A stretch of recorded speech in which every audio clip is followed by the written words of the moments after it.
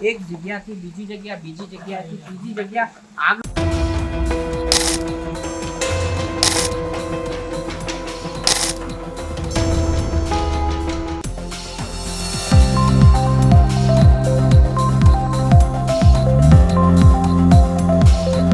Cattle કાપવાનું કામ હાલ ચાલી રહ્યું છે। આ ત્રીજા માળની હું તમને દ્રશ્ય બતાવું છું જ્યાં ફાયર દ્વારા આ રીતની કામગીરી કરવામાં આવી રહી છે। અત્યારે હાલ જેથી કરી અંદર કોઈ આગ હોય એ આગ નહીં વધારે પસરે તે માટે શટલ કાપી આગ ઓલવવાનું કામ કરવામાં આવી રહ્યું છે અને બીજી તરફ પાણીનો માથો પણ સતત ચલાવવામાં આવી રહ્યો છે।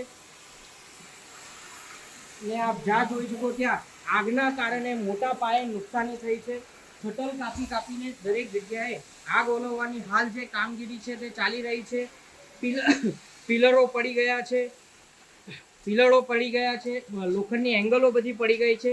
આગના કારણે બધું બળીને હાલ દુકાનોમાં ખાક થઈ ગઈ છે। મોટે ભાગે દુકાનો અત્યારે ક્ષતિગ્રસ્ત છે। આપ નીચેથી જોઈ શકો છો કે બધી વસ્તુનો મલબો પડેલો છે, જ્યાં જોઈ ત્યાં મલબો પડેલો છે।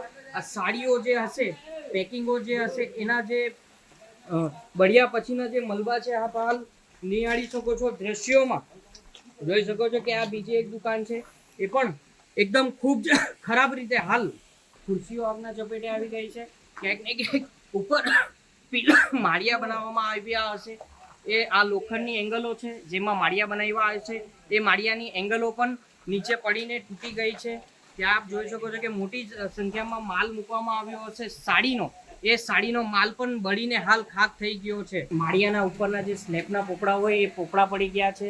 હાલ પાણી એટલું ગરમ, પાણીનો મારો જે પ્રમાણે ચલાવવામાં આવી રહ્યો છે એ પ્રમાણે પાણી બહુ ગરમ ઉપરથી પડે છે કે જે બીજી બધી જગ્યાએ આગ લાગી છે। મોટા જથ્થામાં કાપડનો હાલ પ્રમાણ અહીંયા જોવા મળ્યો છે, એના કારણે આગ જે છે તે ઓલવાતી નહીં હતી અને આગ સતત ને સતત વધી રહી હતી। અને બીજી એક વસ્તુ, આ માળિયા જે જોઈ શકો છો આપ, જે આ ખુલેલી જગ્યા દેખાય છે, એંગલો બનાવવામાં આવી છે, આ એંગલના ઉપર બધો માલ મૂકવામાં આવ્યો હતો। આ અત્યારે હાલ સમગ્ર માલ બળીને ખાક થવા પામ્યો છે।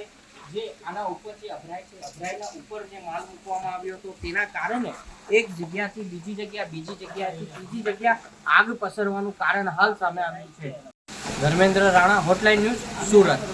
આવા પ્રકારના વિડીયો તમને જોવા ગમતા હોય તો હોટલાઇન ન્યૂઝ ચેનલને લાઇક, શેર અને સબસ્ક્રાઇબ કરો।